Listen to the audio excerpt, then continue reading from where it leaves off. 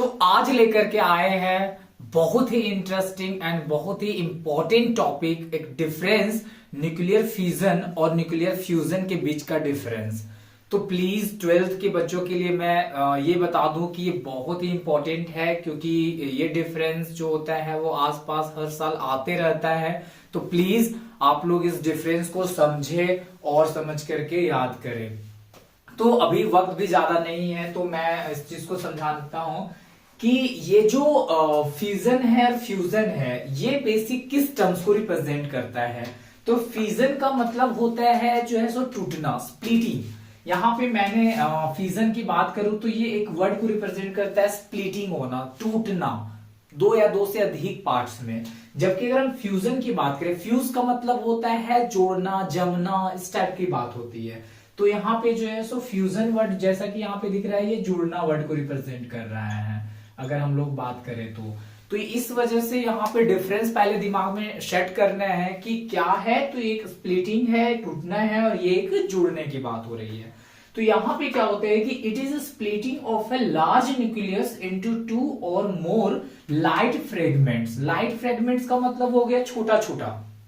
तो यहाँ पे एक बहुत ही बड़ा न्यूक्लियस होगा, एक बहुत ही बड़ा एटम होगा, जो एक जब उसको हम ब्रेक करेंगे तो उस स्टेप में जो है सो दो या दो से अधिक लाइट फ्रेगमेंट, मतलब छोटे छोटे फ्रेगमेंट्स में वो ब्रेक करेगा, टूटेगा, स्प्लिट होगा। जबकि अगर हम फ्यूजिंग की बात करते हैं तो फ्यूजिंग में क्या होगा कि हमारा जो दो या दो से अधिक लाइट न्यूक्लियाई जो होगा वो मिल करके क्या बनाएगा, हैवी न्यूक्लियस। इसमें दो या दो से अधिक जो है वो न्यूक्लियाई या लाइट जो फ्रेगमेंट्स होते हैं वो मिल करके एक बड़ा जो है सो फ्रेगमेंट का निर्माण करते हैं, बड़ा सा न्यूक्लियस का निर्माण करता है। जैसे कि अगर हम देखें तो यहाँ पे एग्जाम्पल भी दिख रहा है। जैसे यहाँ पे यूरेनियम है, जो कि एक इलेक्ट्रॉन हम उसमें स्पीड के साथ जो है सो उसमें डालते हैं तो वो एक यहाँ पे 92 और 235 मतलब 235 जो है सो इसका मास नंबर है।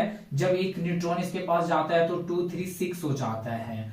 और फिर ये जो ब्रेक होता है, स्प्लिट होता है, वो बेरियम, क्रप्टन, फिर न्यूट्रॉन्स और ह्यूज अमाउंट ऑफ एनर्जी यहाँ पे रिलीज करता है। बेसिक देखा जाए तो दोनों में एनर्जी रिलीज होता है, यही इसका सिमिलैरिटी है कि अगर इनके बीच में हम एक सिमिलैरिटी की बात करें तो एनर्जी बोथ में जो है सो रिलीज हो रहा है मास लॉस की वजह से। अब दूसरा डिफरेंस अगर हम बात करते हैं तो इट डज नॉट जो है so normally occur in the nature. मतलब एक यूरेनियम जो होता है अगर हम बात करें तो ये आसानी से ये जो है सो दो या दो से अधिक जो स्प्लिटिंग लाइट न्यूक्लियाई की बात कर रहे हैं उसमें नहीं होता है, इजिली नहीं यहाँ पे हमारा नेचर में पॉसिबल है। जबकि it occurs in star such as the sun. मतलब नॉर्मल लाइफ में मतलब बेसिकली पॉसिबल नहीं है, आपको इसको कराने के लिए प्रोसेस से गुजरना पड़ता है। तो ये बात चल रही है। जैसे कि यहाँ पे सन की बात करते हैं, यहाँ पे क्या है, सन हम लोग देख पा रहे हैं कि हाँ नेचुरली यहाँ पे हर दिन जो है वो न्यूक्लियर फ्यूजन हो रहा है। तो इस तरह से नेचुरल फेनोमेना इसके लिए नहीं है, फ्यूजन के लिए एक नेचुरल फेनोमेना नहीं है। So it occurs in the star such as suns. तो सन एक स्टार है, अब जितने और भी उसके अलावा हम बात करते हैं तो सारे स्टार्स में कौन सा रिएक्शन हो रहा है, एक न्यूक्लियर फ्यूजन सा रिएक्शन हो रहा है, प्रोसेस हो रहा है। फिर आगे बढ़ते हैं तो it is possible at ordinary temperature and ordinary pressure. अगर हम इस रिएक्शंस को कराना चाहते हैं तो इस रिएक्शंस को हम बहुत ही आसानी से एक ऑर्डिनरी टेम्परेचर या आसानी से, मतलब होता है ज्यादा ह्यूज अमाउंट ऑफ टेम्परेचर या प्रेशर का नीड नहीं होता है, नॉर्मल कंडीशंस में हम इस रिएक्शंस को करा सकते हैं। तो लेकिन इसमें क्या होता है कि it is possible only at a very high temperature and very high pressure. मतलब आप ये जो फ्यूजन रिएक्शंस होता है यहाँ पे जो है सो टेम्परेचर और प्रेशर बहुत ही ज्यादा हाई रखना होता है। जैसे कि सन की बात करते हैं तो वहां पे टेम्परेचर काफी ज्यादा जो है वो है मतलब 10⁷ के केल्विन के ऑर्डर में होते हैं। तो ये बहुत ही ज्यादा प्रेशर और टेम्परेचर हाई को रिप्रेजेंट करता है बेसिकली। आगे बढ़ते हैं। This process can be controlled. हम लोग इसको जो है सो कंट्रोल कर सकते हैं क्योंकि ये हमारा है, सिंथेटिक है, हम इसको बनाने वाले, ये नेचुरली अगर नहीं हो रहा है। तो अगर हम साइंटिस्ट हैं एंड लाइक हम लोग अगर इसको बना रहे हैं तो हम कंट्रोल भी तो कर सकते हैं, बट हम इसको कंट्रोल नहीं कर सकते क्योंकि नेचुरल फेनोमेना है ना। तो नेचुरली ये सब चीज हो सकता है। तो नेचुरल भगवान का तो ये नहीं है कि उनके पास एक आदमी बैठा दिया गया कि चलो भाई कंट्रोल कर दो, आदमी लोगों को गर्मी बढ़ गया है, ऐसा कुछ नहीं है। तो बेसिक यहाँ पे क्या है कि it can not be control, easily हम लोग इसको कंट्रोल नहीं कर सकते हैं, ना ही इस पर हमारा कमांड होता है। दैट्स वाई, इसीलिए fusion reactor could not be constructed so far, इसीलिए ऐसा कोई फ्यूजन रिएक्टर यहाँ पे नहीं है जो एग्जिस्ट कर रहा हो या हम उसको फर्दर कंस्ट्रक्ट कर सके। लेकिन यहाँ पे अगर हम बात करते हैं तो न्यूक्लियर रिएक्टर है जहां पे हम लोग जो है सो इस रिएक्शंस को करा करके काफी ज्यादा जो है सो बॉम्ब, न्यूक्लियर बॉम्ब ये सब बना रहे हैं। तो यहाँ पे यही कहानी है कि न्यूक्लियर रिएक्टर जो है सो एक सिंथेटिक मशीन कर सकते हैं आप, वो है और जो कि हम लोगों ने बनाया है। बट यहाँ पे फ्यूजन्स में हम लोग ऐसा अभी तक कोई ऐसा नहीं है। चाइना वैसे कोशिश कर रहा है कि मेरा अपना सन हो, बट पता नहीं वो कब तक पूरा होगा। तो बेसिक ये है कि वो करना बहुत ही टफ है और कुड नॉट बी कंसिडर्ड सो फार, करना बहुत टफ है बेसिक, बस इतना ही बोलेंगे। Nuclear bomb is based on the control fusion reaction, तो न्यूक्लियर बॉम्ब इसका एग्जांपल हो जाएगा बेसिकली, न्यूक्लियर बॉम्ब जितने भी देख रहे हैं आप। और हाइड्रोजन बॉम्ब जो है वो is based on the uncontrolled fusion reaction, यानी हाइड्रोजन बॉम्ब जो है सो न्यूक्लियर फ्यूजन के बेसिस पे बेस्ड होता है।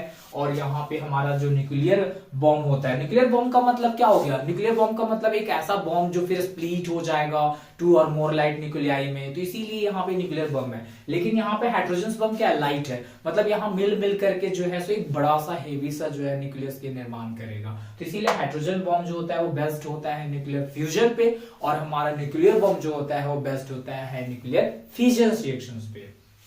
तो इन दोनों में सिमिलैरिटी हम लोगों ने क्या देखा कि in both process the similarity is the release of energy due to the loss in mass, मतलब यहाँ पे जो है सो इनमें सिमिलैरिटी ये है कि यहाँ पे एनर्जी का लॉस हो रहा है दोनों में, और दोनों एनर्जी में लॉस होने के पीछे रीजंस है ड्यू टू लॉस इन मास। मास की वजह से यहाँ पे मास जो होता है वो एक अलग डिफरेंस आता है। इसको डिटेलिंग में जो है वो चैप्टर में स्टडी करते हैं हम लोग कि वहां पे जो मास नंबर है और अगर हम लोग न्यूट्रॉन प्रोटॉन के हेल्प से जो मास निकालते हैं उसमें एक डिफरेंस क्रिएट होता है, एक डिफरेंस आता है। तो उस डिफरेंस की वजह से जिसको हम लोग मास डिफेक्ट कहते हैं, और उस मास डिफेक्ट की वजह से जितना एनर्जी बनता है उतना एनर्जी रिलीज होता है, that is called binding energy also.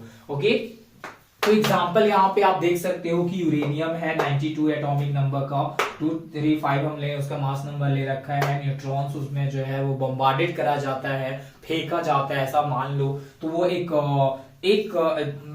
मास बढ़ा लेता है अपना में, वो 236 हो जाता है और उसके बाद वो स्प्लिट करता है बेरियम क्रम्पटन में। तो इस तरह से हमने देखा कि यूरेनियम जो है वो 36 जो है वो लाइट न्यूक्लियाई में क्या हो रहा है, ब्रेक हो रहा है, स्प्लिट हो रहा है। लेकिन अगर हम बात करते हैं फ्यूजन्स की, तो फ्यूजन्स में हमने क्या देखा, हाइड्रोजन बॉम्ब। तो यहाँ हाइड्रोजन है जो कि ये ड्यूटेरियम को रिप्रेजेंट कर रहा है। हाइड्रोजन के 3 आइसोटॉप्स होते हैं, है ना। तो हमारा प्रोटियम होता है, ड्यूटेरियम होता है, ट्राइटियम होता है। तो उसमें से ड्यूटेरियम का मैंने यहाँ एग्जांपल में रखा है। फिर इसमें जो है सो फिर से ड्यूटेरियम है यहाँ पे, ये दोनों जब मिलता है तो एक हीलियम आइसोटॉप का निर्माण करता है जो 2-3 को रिप्रेजेंट करता है। और न्यूट्रॉन यहाँ पे भी निकल रहा है और कुछ एनर्जी यहाँ पे 3.3 मेगा इलेक्ट्रॉन वोल्ट के आसपास जो है सो एनर्जी यहाँ पे रिलीज हो रहा है। फिर इसी हीलियम आगे प्रोसेस को बढ़ाते हुए ये हीलियम 2-3 जो होता है फिर से ये ड्यूटेरियम के साथ रिएक्ट करता है, फ्यूज करता है, मिलता है और हीलियम 2-4 का निर्माण करता है, फिर और हाइड्रोजन भी आल्सो। तो इस तरह से ये जो एक चेन रिएक्शंस होता है जो वहां पे कंटिन्यूअस हो रहा है, जैसे हमारा सन में हो रहा है, तो प्रोटॉन प्रोटॉन साइकिल भी बोला जाता है कि सन में जो रिएक्शंस हो रहा है वो प्रोटॉन प्रोटॉन प्रोटॉन प्रोटॉन मिलता है, हीलियम बन रहा है, फिर हीलियम रिएक्ट कर रहा है, प्रोटॉन बना रहा है। तो इस तरह से आपस में एक रिएक्शन कंटिन्यूअस हो रहा है। तो ये पूरा जो सन का कहानी है वो फ्यूजन्स पे बेस्ड होता है। तो मैं आशा करता हूं कि ये जो डिफरेंस है वो आपको अच्छा लगा हो, और प्लीज आपके बोर्ड की दृष्टि से बहुत ही ज्यादा इंपॉर्टेंट है, तो इसको आप एक बार देखो, याद करो समझ करके। So please thank you. अब वीडियो अच्छी लगी हो तो शेयर कर देना, लाइक भी कर देना। Thank you.